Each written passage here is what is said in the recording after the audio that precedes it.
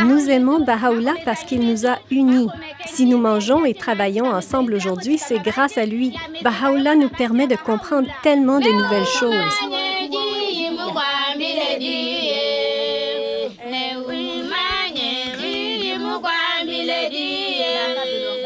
Il nous a enseigné l'amour de Dieu et nous a appris à nous aimer les uns les autres et à être unis. C'est pourquoi maintenant, nous pouvons manger et partager ensemble. Dieu nous a bénis.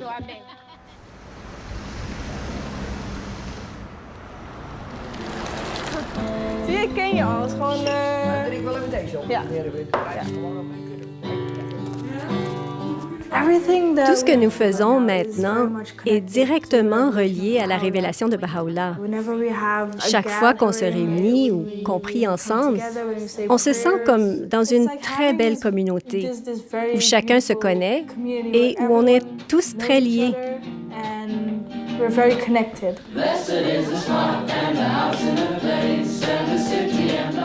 Je connais mieux mes voisins, je connais mieux les enfants et les jeunes qui vivent ici. Et tout ça, c'est grâce aux enseignements et à la révélation de Baha'u'llah. Oui, ma famille s'est agrandie.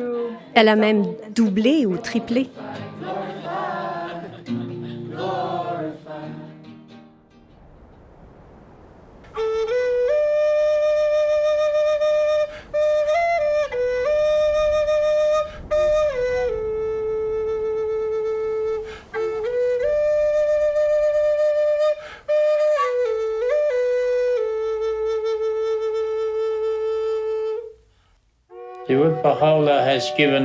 Baha'u'llah nous a expliqué ce que cela signifie d'être un indigène. Et en tant que tel, nous avons l'obligation d'offrir au reste du monde ce que Dieu nous a donné. Les derniers prophètes ou messagers de Dieu qui ont vécu parmi nous ont parlé de l'hiver et du printemps. Et Baha'u'llah est ce printemps.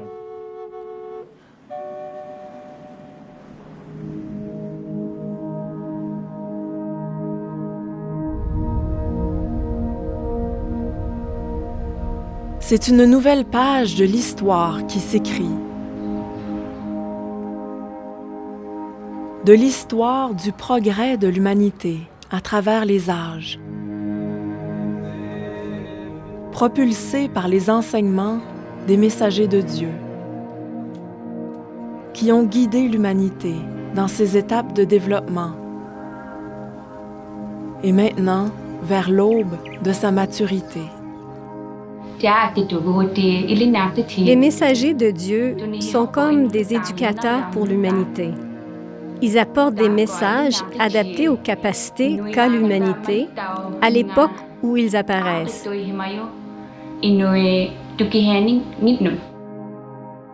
Aujourd'hui est venu le temps de Baha'u'llah, le messager de Dieu pour ce jour.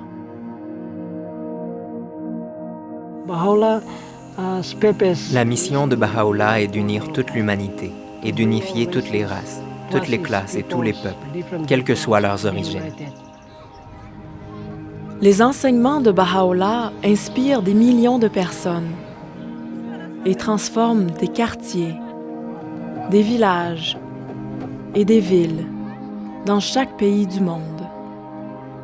Baha'u'llah est venu pour transformer toute la nature humaine et pour modifier les conditions du monde, tant extérieurement qu'intérieurement. Les enseignements de Baha'u'llah ont une portée étendue et une nature essentielle. Leur caractéristique distinctive est l'unité de l'humanité, avec toutes les transformations que cela implique. Pour les relations essentielles qui lient peuples et nations, ces enseignements les aident à transcender toute forme de préjugés, à promouvoir l'égalité entre les femmes et les hommes, à secourir les opprimés et à favoriser la justice économique. Ces enseignements de Baha'u'llah mettent un terme aux divisions et à l'altérité. Voici venu le temps de reconnaître que tous les peuples forment une seule et même famille et de construire un monde uni, qui embrasse la diversité de ces peuples. C'est un nouveau chapitre de l'histoire de l'humanité, un chapitre qui a commencé il y a 200 ans.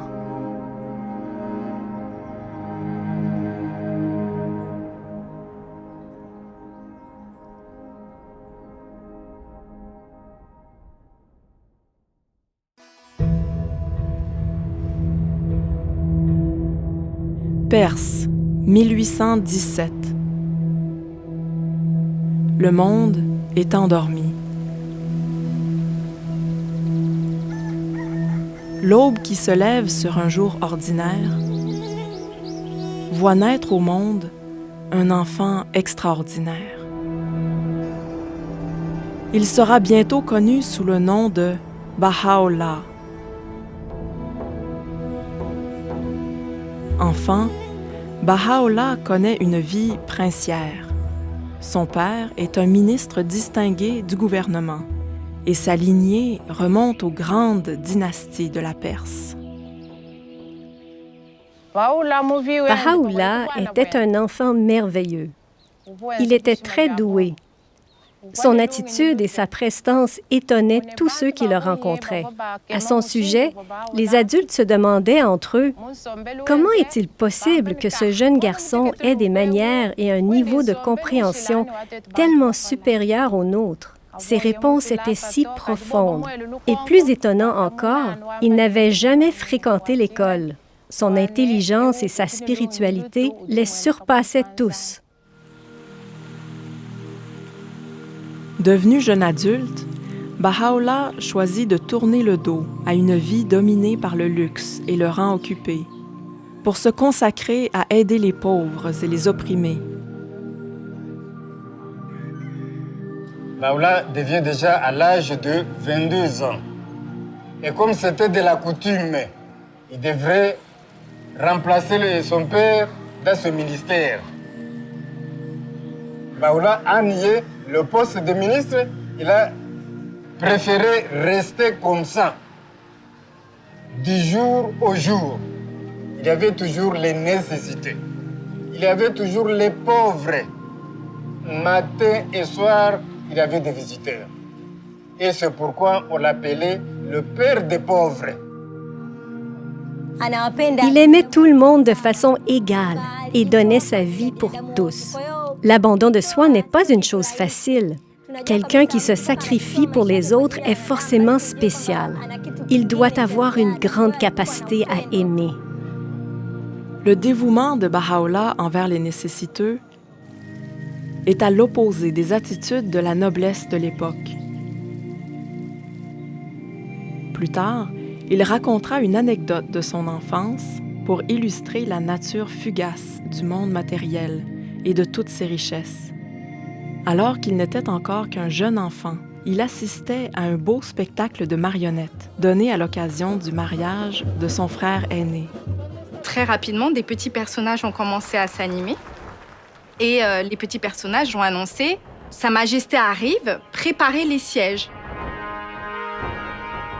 Finalement, arrive un personnage royal qui était très majestueux, qui agissait avec beaucoup d'arrogance, très hautain, qui avait un diadème très brillant.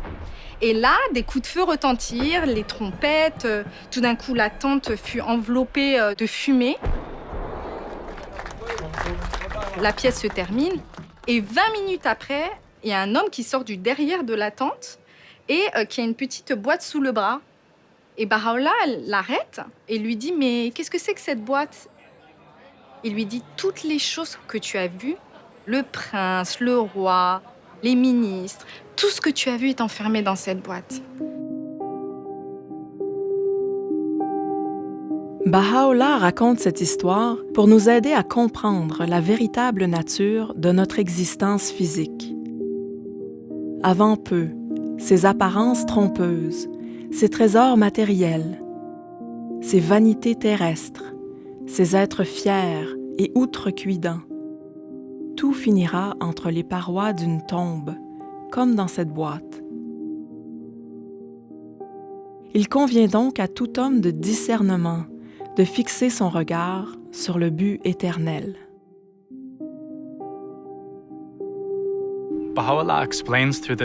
Baha'u'llah utilise ce récit pour montrer combien cette vie est fugace et périssable. Certes, en tant qu'être humain, nous avons un moi physique qui vit dans ce monde, puis s'éteint. Mais nous avons aussi une âme qui vient de Dieu, est éternelle et continuera à vivre bien après la mort du corps physique.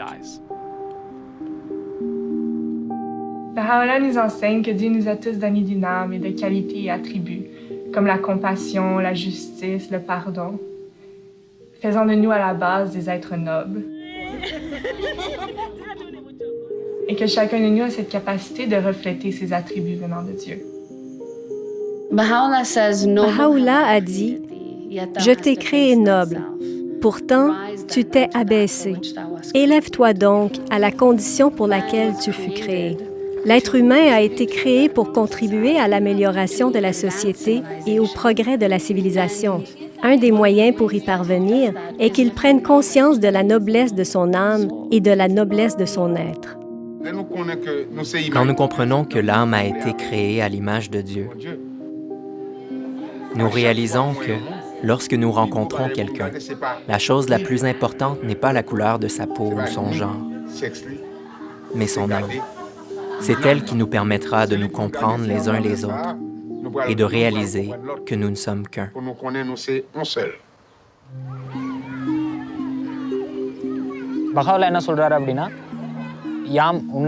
Baha'u'llah a dit, « Nous vous avons tous créés de la même poussière pour nous éviter de nous préférer aux autres. » Si chaque homme et chaque femme comprenaient ce concept, tous les peuples du monde s'uniraient et l'égalité entre les hommes et les femmes serait réalisée. Baha'u'llah nous a donné des lois et des principes pour transformer la société. Avant, on pensait que les femmes étaient incapables de prendre des décisions ou d'étudier.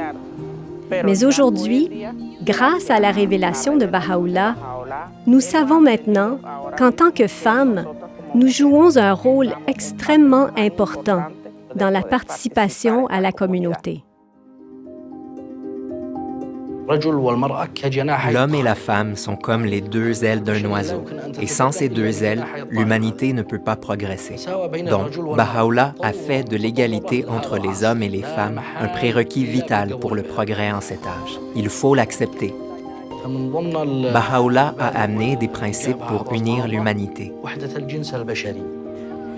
Parce qu'avec toutes ces cultures, tribus, races et coutumes, l'humanité a besoin de principes qui puissent unir tout le monde.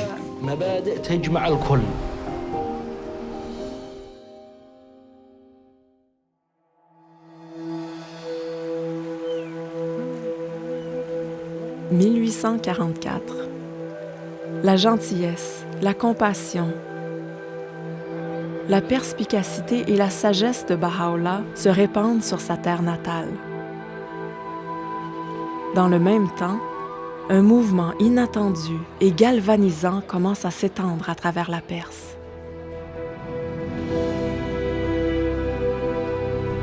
Un jeune homme appelé le Bab, ou la porte, s'était levé pour réveiller l'humanité et préparer le monde au promis de tous les âges. Baha'u'llah soutient ardemment sa cause. Mais les enseignements du Bab se heurtent aux puissants. Le clergé et le gouvernement le condamnent et persécutent sans relâche ses disciples. Des milliers d'entre eux sont assassinés. 1850. Une caserne militaire à Tabriz. Le Bab est exécuté dans des circonstances dramatiques.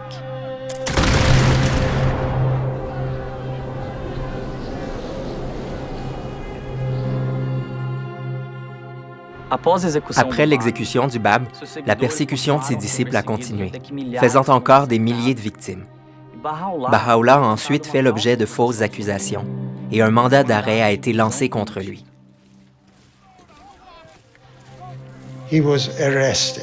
Il a été arrêté, il a été enchaîné, frappé. On l'a obligé à traverser la ville pieds nus et on l'a enfermé dans un cachot appelé le Siyah-Chal, ce qui signifie « trou noir ».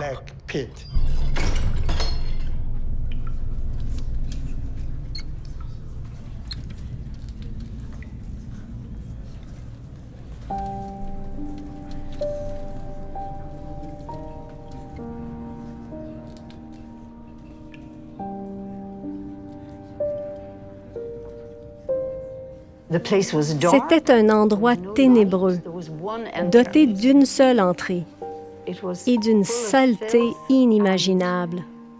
En fait, on ne peut vraiment pas concevoir à quoi ressemblait cet endroit.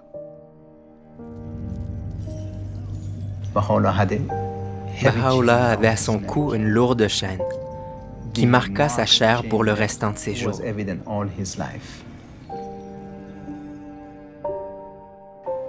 Quand on pense à cette tragédie, ça nous brise le cœur.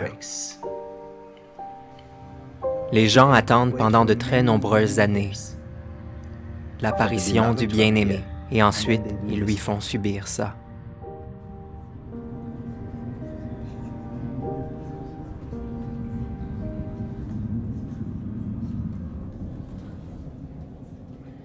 Mais c'est dans ce même Siyah-Chal que Dieu a annoncé à Baha'u'llah qu'il était la manifestation de Dieu pour ce jour.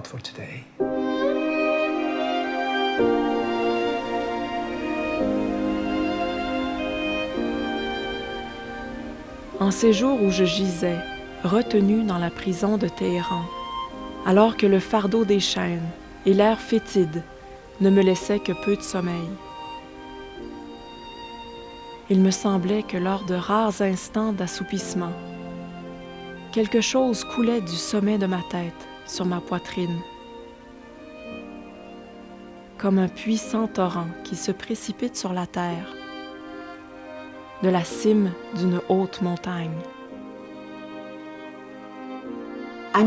Il a aussi dit que sa voix avait alors prononcé des versets que personne n'aurait supporté d'entendre.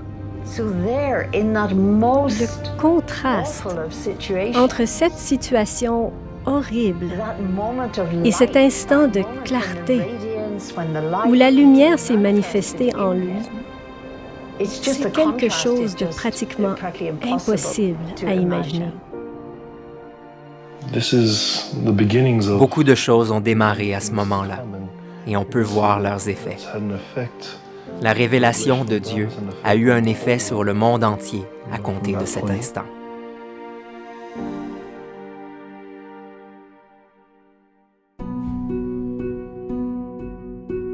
Baha'u'llah endure 4 mois d'intenses souffrances dans le trou noir. Puis l'ordre est donné pour qu'il soit, avec sa famille, banni pour toujours de sa patrie. Malade et fragile, il traverse les monts Zagros dans le froid mordant de l'hiver pour atteindre Bagdad. Ainsi commence une période d'exil qui se poursuivra pendant les 40 dernières années de sa vie. Et à ce stade, personne ne connaît la vraie nature de sa mission divine. Une année passe.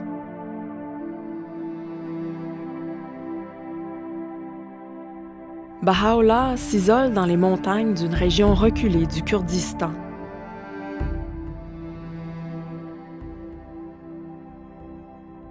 Là-bas, il se plonge dans la méditation et la prière pendant 2 ans.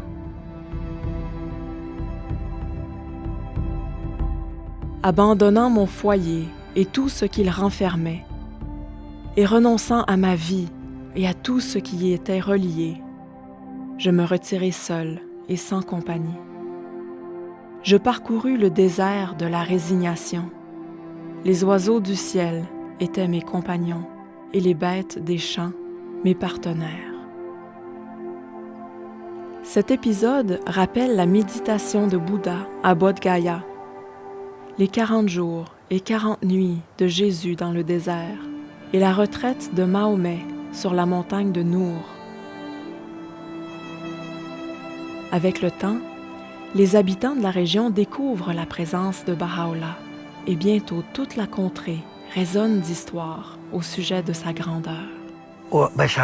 Ces 2 années qu'il a passées chez nous, dans ces montagnes, ces vallées et ces grottes, ont été les plus sereines de sa vie. Imaginez le contraste.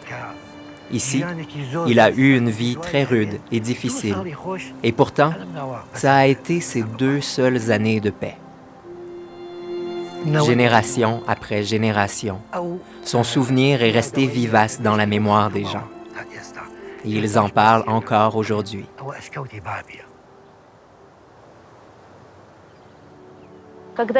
Son retour à Bagdad a été un moment de grande joie et de célébration pour la communauté. Et bien sûr, la personnalité de Baha'u'llah attirait tout le monde. Ceux qui entendaient parler de lui venaient le voir pour lui parler. Et beaucoup lui demandaient conseil. Pendant son séjour à Bagdad, Baha'u'llah a reçu la visite de nombreuses personnes et les a toutes accueillies avec beaucoup d'amour. Baha'u'llah a enseigné l'importance d'avoir un bon caractère, d'être intègre, fidèle et digne de confiance, de cultiver la véracité et l'unité, d'avoir un code moral, de lutter contre la vengeance et d'œuvrer en faveur de la paix, de l'égalité et de la camaraderie. C'est ça le message qu'il a apporté. Les versets vivifiants de la révélation de Baha'u'llah coulent de sa plume avec une vitesse et une force miraculeuses. Les écrits qu'il a produits pendant sa vie représentent plus de 100 volumes et ont été traduits dans plus de 800 langues. Durant son séjour à Bagdad, il écrit « N'est-ce pas le but de chaque révélation de provoquer la transformation de toute la nature humaine? Une transformation qui se manifestera tant extérieurement qu'intérieurement et qui affectera à la fois sa vie intérieure et ses conditions extérieures. »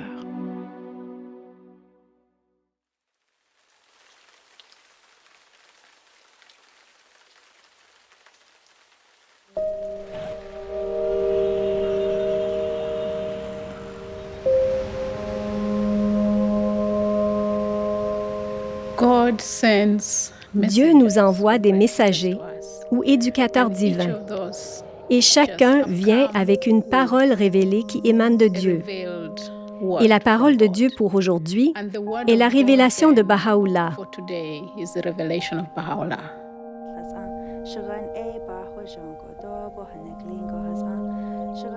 La parole de Dieu a le pouvoir de changer l'âme humaine. Mais l'humanité doit apprendre à l'utiliser pour que cela puisse non seulement me transformer moi-même, mais aussi transformer ma communauté. Plus nous apprenons à comprendre la parole de Dieu, plus nous apprenons à élever notre propre capacité à faire des efforts pour contribuer à l'amélioration de l'humanité. C'est là que la parole de Dieu prend vie, quand elle se transforme en service et en adoration.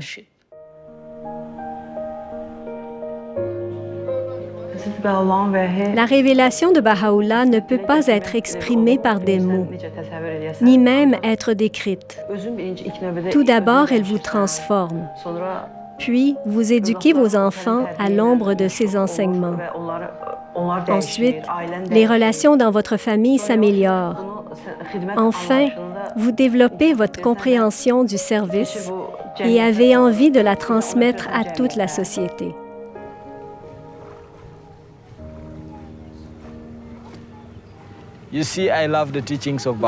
J'aime quand Baha'u'llah nous dit que nous sommes comme un jardin de fleurs, de couleurs et de formes différentes. Ça nous permet de comprendre que nous ne sommes qu'un et que nous devons donc œuvrer en faveur de cette unité. En ce faisant, en travaillant à l'unité, nous servons et aidons les autres. De nos jours, c'est si facile de se laisser absorber par nos propres difficultés ou désirs et de ne vivre qu'autour de cela. Baha'u'llah nous invite à nous détourner de nous-mêmes et à penser aux autres. On se rend vite compte que le bonheur n'arrive pas quand on poursuit ses propres désirs, mais plutôt quand on aide une autre personne ou qu'on lui permet d'accomplir quelque chose qu'elle n'aurait pas pu faire autrement.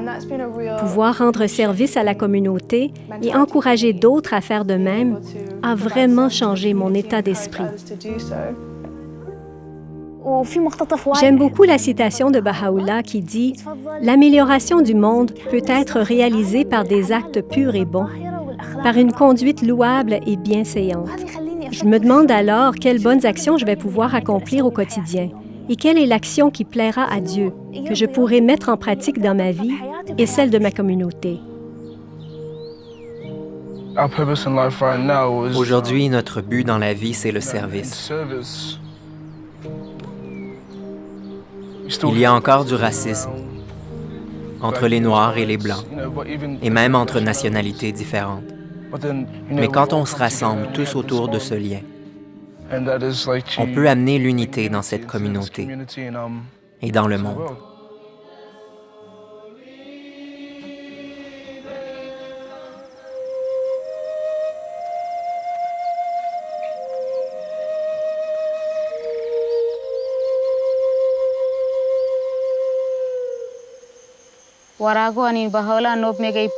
Les écrits de Baha'u'llah améliorent la compréhension des individus et permettent aux membres de la communauté d'élever leur esprit et de travailler ensemble.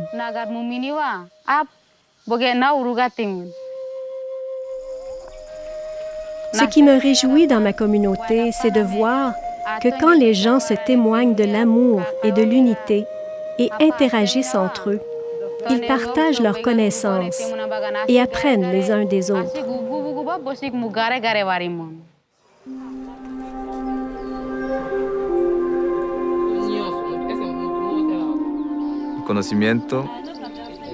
Dieu a donné la connaissance à tous, pas seulement à quelques-uns. L'habilitation passe par la connaissance de qui je suis, de ce qui m'entoure, du plan de Dieu pour l'humanité.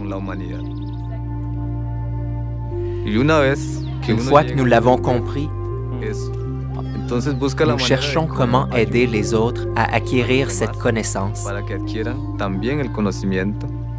et à utiliser leurs capacités pour contribuer à la transformation. Baha'u'llah est venu pour enseigner aux pauvres, les guérir et aider les faibles. C'est ça que Baha'u'llah est venu faire.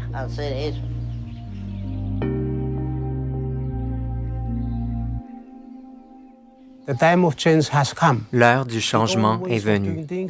Les vieilles habitudes sont dépassées.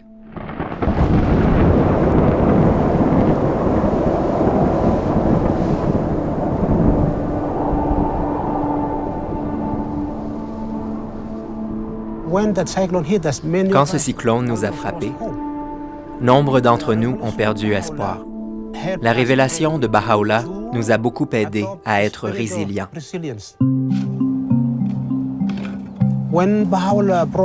Quand cette révélation est arrivée sur l'île de Tanna, elle a eu un impact énorme.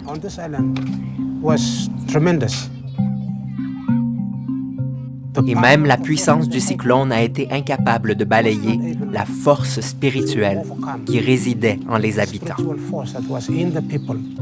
Au lieu de perdre espoir, ils se sont levés C'est la preuve physique qu'ils avaient en eux quelque chose. Ils avaient en eux la révélation du pouvoir de Dieu. Et ça les a poussés à agir. Ils n'ont pas perdu espoir.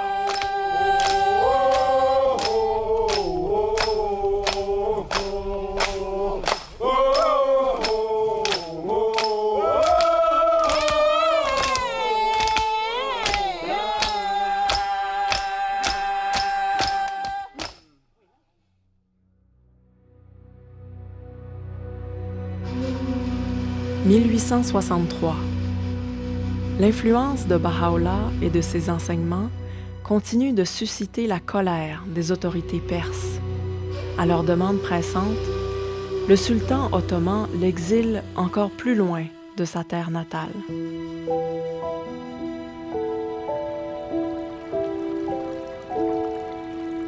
Avant de quitter Bagdad, Baha'u'llah réunit ses compagnons pendant 12 jours dans un jardin appelé Rezvan, au bord du fleuve Tigre. C'est là, sous sa tente plantée le long des sentiers bordés de roses, que Baha'u'llah proclame pour la première fois qu'il est le messager de Dieu pour ce jour.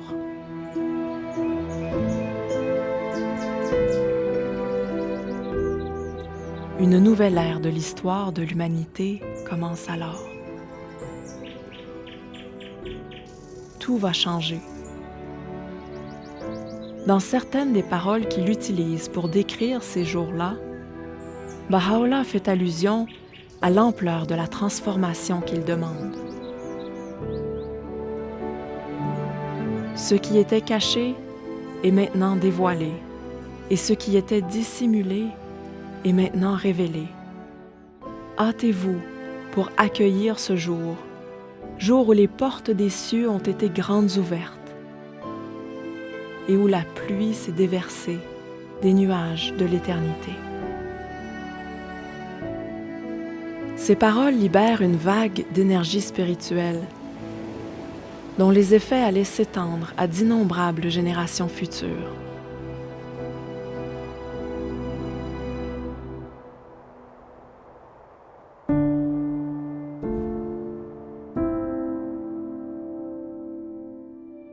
Baha'u'llah est exilé avec sa famille et ses compagnons au fin fond de l'Empire ottoman. D'abord à Istanbul, puis à Edirne.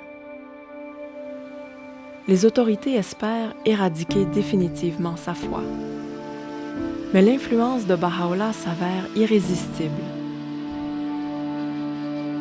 Les années passent.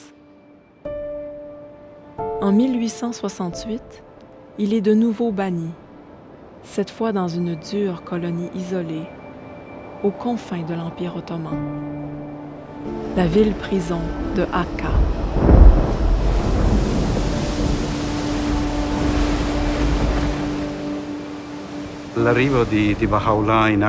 L'arrivée de Baha'u'llah à Akka est difficile à décrire. Il faisait très chaud et pas la moindre brise. De la porte de la mer de la ville-prison, Baha'u'llah et sa famille ont été emmenés à travers des ruelles sombres et étroites jusqu'à la prison, un immeuble en piteux état. À leur arrivée, ils ont demandé un peu d'eau aux gardiens, mais ceux-ci leur ont refusé toute eau et nourriture. Par la suite, ils ont fini à contre-cœur par leur donner quelque chose, mais l'eau était imbuvable. Les conditions endurées pendant cette période ont entraîné la mort de 3 d'entre ses amis. Baha'u'llah a décrit ses souffrances dans ses écrits sacrés. Il a accepté de porter le poids de lourdes chaînes pour nous libérer de notre esclavage. Il a consenti à être emprisonné dans une puissante forteresse pour libérer l'humanité.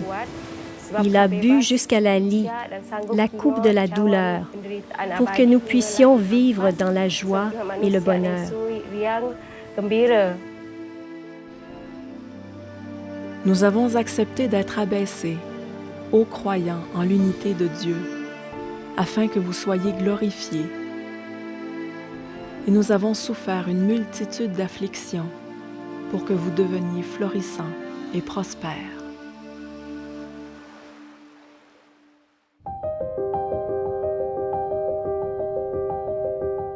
C'est au cours de son exil et de son emprisonnement que Baha'u'llah écrit aux rois et aux dirigeants de l'époque, proclamant ouvertement son rang de messager de Dieu pour ce jour.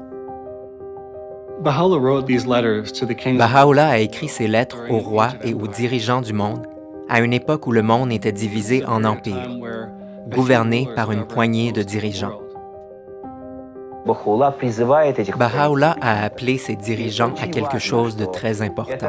Il leur a demandé de faire la paix et de s'assurer que les puissants du monde n'oppressent pas leurs sujets. C'est vraiment remarquable que ce prisonnier ait pu, dans des conditions aussi effroyables, écrire aux dirigeants et aux rois de l'époque pour leur prodiguer des conseils sur comment gouverner leurs sujets avec compassion et justice. Dans le message qu'il leur a envoyé, il explique qu'un dirigeant doit écouter son peuple, gouverner dans l'intérêt des pauvres et consulter sur tous les sujets. Le principe de la consultation consiste à prendre des décisions d'une manière qui permette aux individus de se concentrer sur la recherche de la vérité et du bien commun.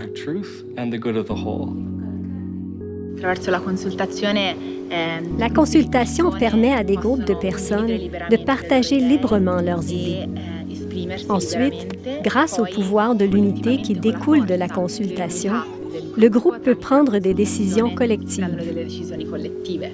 Cette possibilité de construire l'unité d'une façon très concrète est un immense cadeau que Baha'u'llah nous a offert. Baha'u'llah a fait quelque chose d'extraordinaire. C'est très difficile de voir les gens qui n'ont pas été à l'école avec les gens qui ont fait de très grandes études ensemble. Et ces gens-là discutaient sur un point pour trouver un point de vue. La consultation peut être une manière de donner une voix aux masses. Baha'u'llah nous enseigne qu'elle est pour tout le monde. Nous sommes tous encouragés à participer à ce processus, qui est d'ailleurs étroitement lié à l'avènement de la justice sur Terre, car tous les groupes ont le droit, le privilège et le devoir de participer au processus consultatif.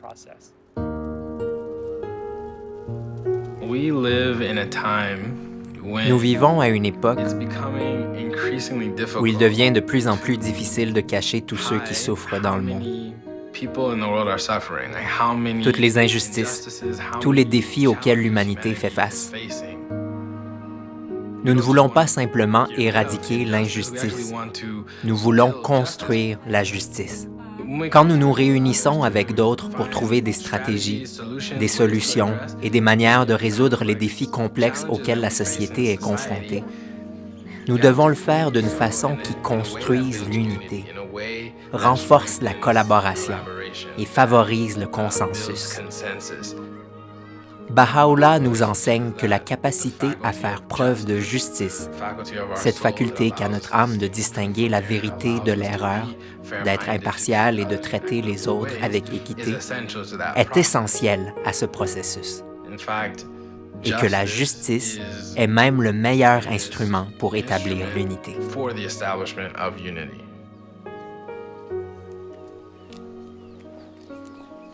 Nous avons maintenant une vision élargie de ce que signifie l'unité.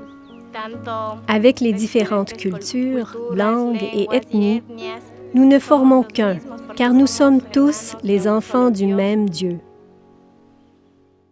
Le monde est en désarroi et la dernière confusion règne dans l'esprit de ses habitants. Nous implorons le Tout-Puissant pour qu'il les illumine par sa grâce, de la gloire de sa justice, et leur permette de découvrir ce qui leur sera profitable, en tout temps et en toutes circonstances.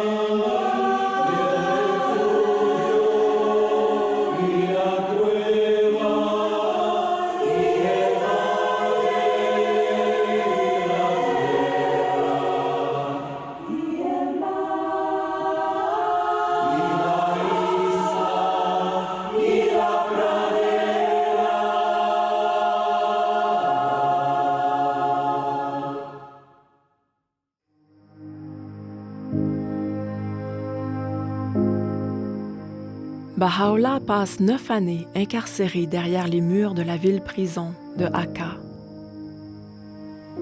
Au fil du temps, les dirigeants de la ville finissent par l'aimer et l'admirer. Ils décident même d'ignorer les ordres du sultan et supplient Baha'u'llah de quitter la ville-prison. Finalement, il se résoudra à franchir les portes de la ville pour se rendre dans un lieu appelé Baji. Pendant les 12 dernières années de sa vie, Baha'u'llah a vécu à Baji. Il y a reçu la visite de nombreuses personnalités. L'une d'entre elles était Edward Granville Brown, professeur à l'université de Cambridge, qui raconta sa première rencontre et la très forte impression qu'elle lui laissa.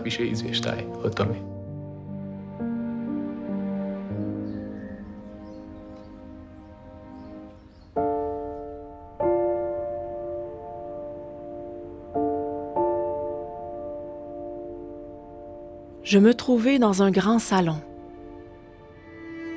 Je m'aperçus, au bout d'1 ou 2 secondes, avec un saisissement de surprise et de respect, que la salle n'était pas vide.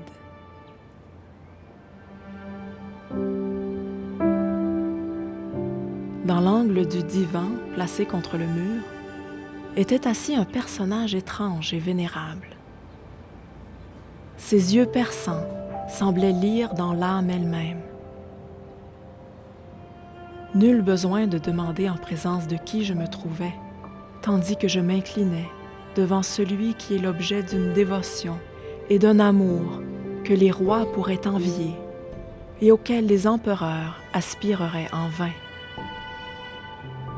Une voix douce et solennelle me pria de m'asseoir et continua en ces termes. « Vous êtes venus voir un prisonnier et un exilé. Nous ne désirons que le bien du monde et le bonheur des nations. Que toutes les nations deviennent une dans la foi et que tous les hommes soient des frères. Que les liens d'affection et d'unité entre les enfants des hommes soient fortifiés. Que les différences de race soient abolies. Quel mal y a-t-il en cela? Cela sera malgré tout. Ces luttes stériles, ces guerres ruineuses passeront, et la paix suprême viendra.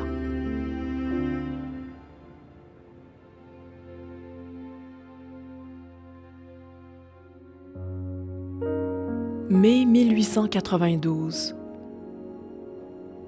Après 40 années de souffrance et d'exil pour sauver l'humanité, Baha'u'llah décède ici, à Baji. Sa dernière demeure, désormais restaurée et embellie, est le cœur spirituel de sa foi et un lieu de pèlerinage pour des millions de personnes du monde entier qui s'efforcent, jour après jour, d'appliquer dans leur communauté les enseignements de Baha'u'llah sur l'unité, la justice et l'égalité.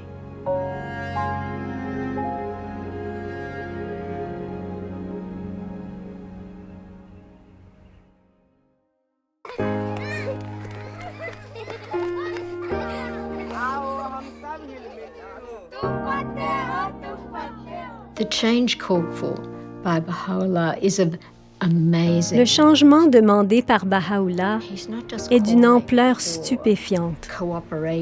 Il appelle non seulement à la coopération dans les structures sociales et les relations interpersonnelles, mais encore à une reconceptualisation ou une redéfinition des relations afin qu'elles incarnent le principe de l'unité de l'humanité. Pour cela, il va falloir collaborer et interagir les uns avec les autres, puis tirer des leçons de l'expérience, avant d'évaluer tout cela à la lumière de cette vision immense et formidable.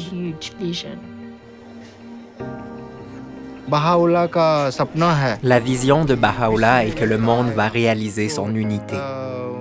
Donc l'unité arrivera certainement dans les villages. Jusqu'ici, certaines personnes, dont moi, pensaient qu'il était impossible d'unir tout le monde. à cause des différences d'opinion. Mais maintenant, nous sommes convaincus que la vision de Baha'u'llah deviendra réalité. L'influence de sa révélation est déjà visible dans notre communauté. Quand les vieux, les jeunes et tous les autres discutent ensemble, on voit clairement l'unité de pensée. La venue de Baha'u'llah a révélé le potentiel spirituel de chaque personne. Si nous suivons les enseignements et la révélation de Baha'u'llah, nous serons déjà au paradis dans nos propres foyers.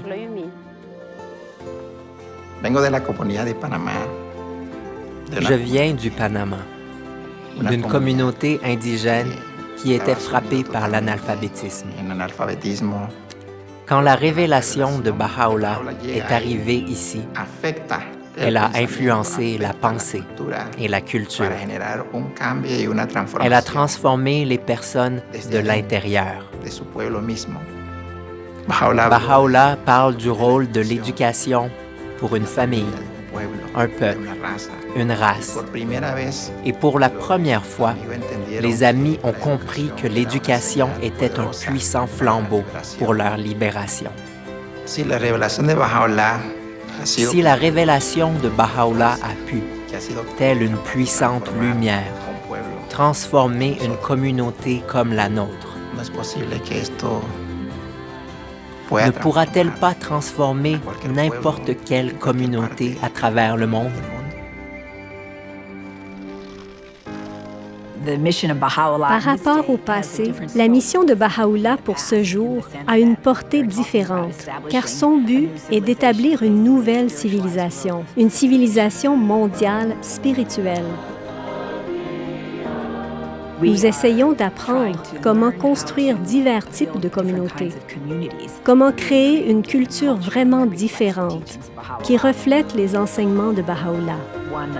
Une culture centrée sur le service et la collaboration à de grands projets, dans un esprit d'unité, avec des personnes de tous horizons. C'est cette conception de la religion qui est au cœur de la révélation de Baha'u'llah. Une conception qui nous guide vers la prochaine étape de l'évolution de l'humanité, l'unification de la race humaine.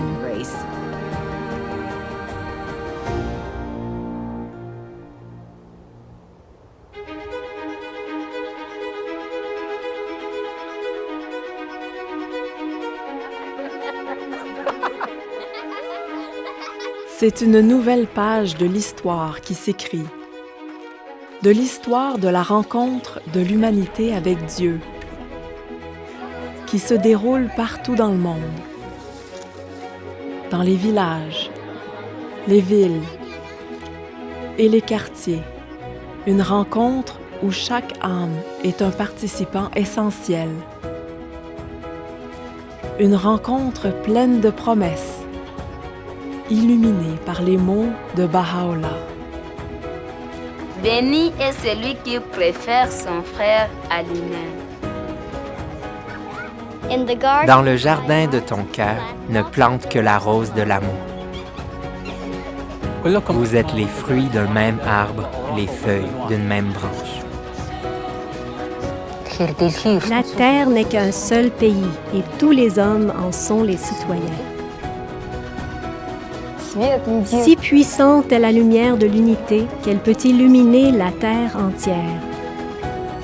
En supportant les malheurs et les tribulations, en révélant les versets sacrés et en fournissant des preuves, cet opprimé n'a eu d'autre dessein que d'éteindre la flamme de la haine et de l'inimitié, afin d'illuminer par la lumière de la concorde l'horizon du cœur des hommes, pour qu'il atteigne une paix et une quiétude réelle.